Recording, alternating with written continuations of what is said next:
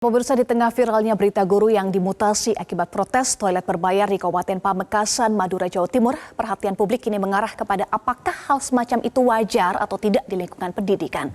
Meski pihak sekolah tidak berkomentar alasan mutasi, namun keputusan toilet berbayar untuk membentuk karakter perlu didalami. Kita akan membahasnya lebih lanjut dengan Retno Listiarti, pemerhati pendidikan melalui sambungan Zoom. Selamat siang, Bu Retno. Selamat siang, Mbak Eva. Baik, Bu Retno, terkait toilet berbayar, apakah bisa dibenarkan menjadi salah satu metode membentuk karakter atau disiplin siswa, yakni harus merogoh kocek dari siswa, Bu Retno? Sebenarnya enggak ya, ini tidak dibenarkan karena aturan Permendikbud, misalnya Permendikbud ini walaupun dikeluarkan oleh Kemendikbud, tapi Permendikbud nomor 24 tahun 2007 tentang sarana prasarana sekolah itu berlaku juga untuk sekolah-sekolah di bawah Kementerian Agama. Nah, karena berlaku maka sebenarnya ini juga satu aturan. Nah, di dalam ketentuan toilet itu adalah kewajiban yang harus disediakan sekolah.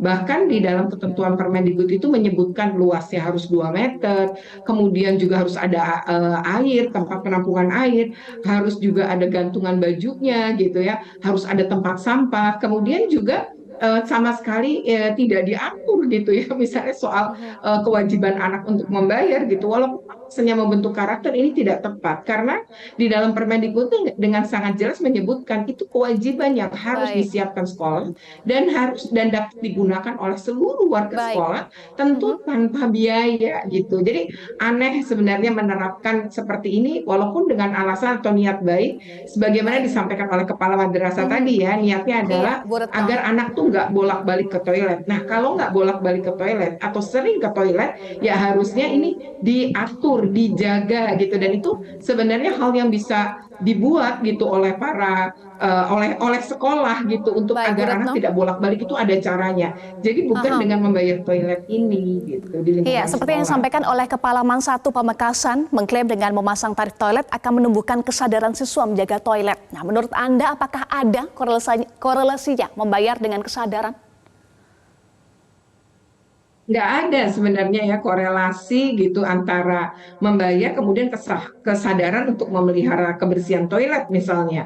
Karena tadi uang yang dikumpulkan pun katanya disumbangkan gitu ya. Tetapi memelihara toilet atau mengatur bagaimana anak-anak ke toilet itu sebenarnya ada cara. Cara itu misalnya menggunakan nomor ya. Jadi setiap kelas itu punya kalau mau keluar harus pakai nomor dan sudah berapa kali itu sebenarnya bisa dihitung gitu ya. Jadi artinya gini, saya paham ini maksudnya anak tuh bolak-balik karena menghindari pembelajaran. Nah, kalau seperti itu, nah berarti ada masalah nih dengan proses pembelajaran, bukan dengan cara membayar toiletnya. Jadi ini menurut saya tidak relate antara perilaku anak yang mau diubah dengan situasi sekolah. Jadi anak nggak akan bolak-balik ke toilet atau menyalahgunakan toilet. Kalau misalnya saja proses pembelajaran itu ya prosesnya menyenangkan, anak juga sadar bahwa itu adalah dia perlu mendapatkan pembelajaran itu gitu ya. Jadi nggak relate sih menurut saya gitu ya membentuk karakter itu misalnya kalau sekarang menggunakan profil pelajar Pancasila ya bukan arahnya soal yang sedang kita bicarakan saat ini ya terkait dengan toilet bahwa ada pembenaran seolah-olah bahwa itu untuk membentuk karakter gitu sehingga bayar dan yang bayar hanya WC anak laki-laki kan begitu ya untuk anak perempuan tidak. Baik, Bu Retno, artinya seharusnya ini menjadi evaluasi internal ya untuk proses belajar mengajar di sekolah hingga menyebabkan banyak anak yang akhirnya curi-curi waktu untuk lebih banyak ke toilet. Nah, menurut Anda, saran Anda metode pembentukan karakter yang tepat itu apa saja tanpa memberatkan siswa? Iya, pertama kalau niatnya adalah untuk membentuk karakter yang seperti apa. Kalau karakter tanggung jawab terhadap lingkungan kebersihan sekolah, maka sebenarnya itu bisa dibuat sebuah sistem yaitu gotong royong atau kerja bakti secara rutin pada lingkungan sekolah. Misalnya per minggu gitu untuk membentuk tanggung jawab anak-anak. Yang kedua adalah sebenarnya kalau kita berbicara kebersihan, itu kan dalam Islam juga disebutkan kebersihan dan sebagian dari iman. Nah, ini yang kebetulan yang kita bisa lakukan adalah ini kan karena basisnya agama ya sekolah ini. maka kan tepat juga gitu menggunakan nilai-nilai dalam Al-Quran untuk memastikan bahwa anak-anak itu akan bertanggung jawab gitu terhadap kebersihan, bahwa kebersihan itu bagian dari iman dia. Nah, ini yang sebenarnya bahwa lingkungan sekolah gitu, itu tanggung jawab kita semua, tanggung jawab warga sekolah, maka melibatkan anak-anak itu bisa dilakukan secara rutin. Misalnya apakah seminggu 2 kali gitu ya. Nah, itu yang perlu dilakukan. Tapi kalau kemudian anak bolak-balik ke toilet, kemudian dicegah dengan membayar, saya rasa ini berarti ada masalah sebenarnya dengan perilaku anak-anak tadi di dalam kelas. Kenapa dia mesti bolak-balik? Ada apa? Dan bagaimana sistem sekolah kemudian atau di kelas-kelas itu begitu mudah juga mengizinkan anak-anak keluar dari kelas untuk ke toilet dan kapan kembalinya? Ini kan harusnya guru-guru juga bisa mantau. Ini anak lama banget kalau cuma sebentar betul memang dia membuang air kecil ya atau air besar, tapi kalau kemudian lama dan bolak-balik kan itu bisa terdeteksi juga. Jadi membentuk karakter tanggung jawab itu ya tadi gitu membentuk anak. Kalau soal lingkungan kebersihan sekolah atau toilet ya bentuklah dengan cara kerja bakti secara rutin.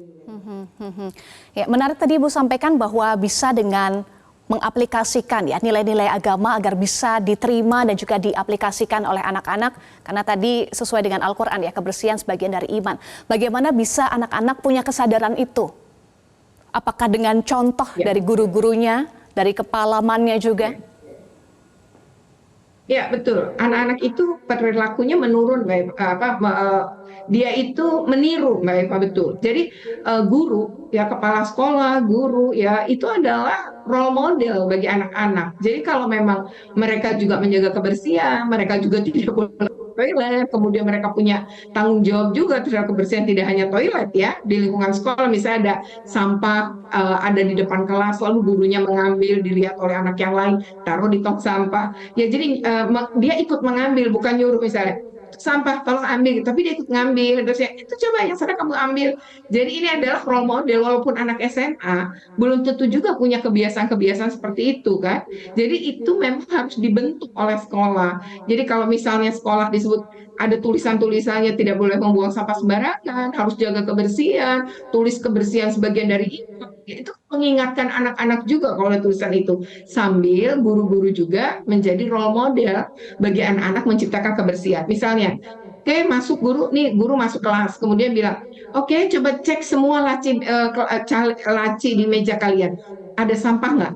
Begitu ditengok, oh ada sampah, oke semuanya ambil sampah itu dan taruh di tempat sampah. Jadi kita nggak akan mulai belajar sebelum semua meletakkan sampah itu di luar. Nah itu misalnya bentuk seperti itu gitu, membangun karakter itu. Jadi tidak dengan cara membayar gitu ya. Biasanya juga misalnya sampah berserakan, ya udah bayar OB nggak apa-apa. Berarti kita semua orang tua patungan bayar OB agar sampah ini bisa bersih di sekolah kita. Tapi kan bagaimana anak-anak terlibat dalam pengelolaan sampah? Bahkan bagus lagi kalau sampah dipisah, sampah plastik, sampah basah. Nah itu udah levelnya udah lebih baik lagi dan jelas itu bisa dilakukan di lingkungan sekolah. Baik, dengan teladan ya dari guru-guru dan juga termasuk kepala sekolahnya. Bu Retno, keputusan toilet siswa berbayar ini diprotes guru sampai diduga ada guru yang dimutasi karena protes. Nah, bagaimana pendapat Anda terkait dengan ruang diskusi antara kepala sekolah kalau dalam hal ini kepalaman ya dengan guru? Karena beberapa waktu terakhir juga ada sejumlah konflik antara kepala sekolah dengan guru seperti misalnya di Medan dan juga Bogor. Ya, pertama ini katanya konfliknya terjadi di 2018 ya, dan sekarang katanya udah nggak bayar lagi gitu. Nah, konflik ini seolah-olah sudah selesai, saya rasa tidak selesai gitu. Nah, kalau mengingat 2018 sampai dengan 2023, berarti cukup lama ya, hampir 5 tahun lah ya. Dan itu kan kok bisa ya, kepala madrasah juga nggak dipindah. Biasanya saya pernah jadi kepala sekolah gitu di DKI Jakarta. Biasanya kami akan ada rutin pemindahan kepala sekolah setidaknya per 2 tahun atau lebih sedikit lah. Ini cukup lama ya. Kemudian sudah ada konflik. Jadi ini juga kepala kantor wilayah agamanya juga perlu nih mengevaluasi hal begini. Ya berapa lama sebenarnya seorang kepala sekolah berada di tempat itu. Yang kedua, ya bisa jadi karena kepala sekolahnya lama walaupun itu konflik sudah lama di situ dan walaupun itu konflik yang di 2018 ya bisa jadi gitu. Ini bisa memicu gitu pemindahan si guru. Walau sebenarnya kalau ASN atau pegawai negeri itu udah biasa sih dimutasi-mutasi. Ya, tetapi ini kan ada konflik sebelumnya. Dan memang ini punya kecenderungan relasi kuasa sih, karena kepala sekolah kan bisa ngasih info apa juga pada kantor wilayah agama gitu ya. Nah ini bisa ya artinya diduga bisa saja. Nah relasi kuasa inilah makanya banyak konflik gitu antara guru dengan kepala sekolah gitu untuk beberapa kebijakan yang diprotes si guru. menurut saya kalau guru-guru memprotes itu kan bentuk hak. Kekritisan itu adalah hak. Jadi kepala sekolah kalau jadi pemimpin ya harus menerima sebenarnya berbagai bentuk kritikan. Dan apalagi guru-guru di level SMA gitu ya, Madrasah Aliyah ini kan juga SMA, itu biasanya guru-guru yang memang mereka punya karena muridnya juga udah cara berpikirnya udah logis dan bagus, maka biasanya guru-guru ini juga kritis. Jadi Baik. jangan sampai gitu loh. Kita harus bisa bedakan antara kekritisan ya dengan guru ini diduga misalnya menimbulkan ketidakproduktifan di sekolah, itu kan hal yang berbeda. Tapi bahwa guru mengungkapkan hak itu harus dihargai dan itu diatur sebenarnya dalam Undang-Undang Nomor 14 Tahun 2005 tentang guru dan dosen. Jadi Iya. sebenarnya itu haknya guru juga. Nah, kalau kemudian ada problem seperti ini, maka kantor wilayah Kementerian Agamanya harusnya ngelihat gitu, ini yang salah siapa gitu. Baik, Sampai Bu Retno. membayar toilet itu harusnya nggak boleh terjadi gitu. Nah ini Bu Retno, kayaknya singkat saja. kepala madrasahnya juga tidak pernah dapat sanksi ya. Iya, kalau disampaikan oleh Kepala Man 1 Pamekasan, mutasi sepenuhnya kebijakan Kemenak. Betulkah ini sepenuhnya kebijakan Kemenak atau Kepala Man juga punya andil dalam hal mutasi? Singkat saja. Ya, sebenarnya itu memang Kementerian Agama yang kantor wilayah agama yang punya hak, karena kan dia bisa memutasi demi kepentingan tadi penyegaran, dan biasa sih sebenarnya ASN dimutasi hanya karena ini kan ada riwayat sebelumnya aja sehingga mungkin bisa jadi merasa dikaitkan atau memang betul terkait dengan hal itu kan bisa saja. Baik, terima kasih pemerhati pendidikan Retno Listiarti sudah bergabung bersama kami di Metro Siang. Salam sehat selalu, Ibu Retno.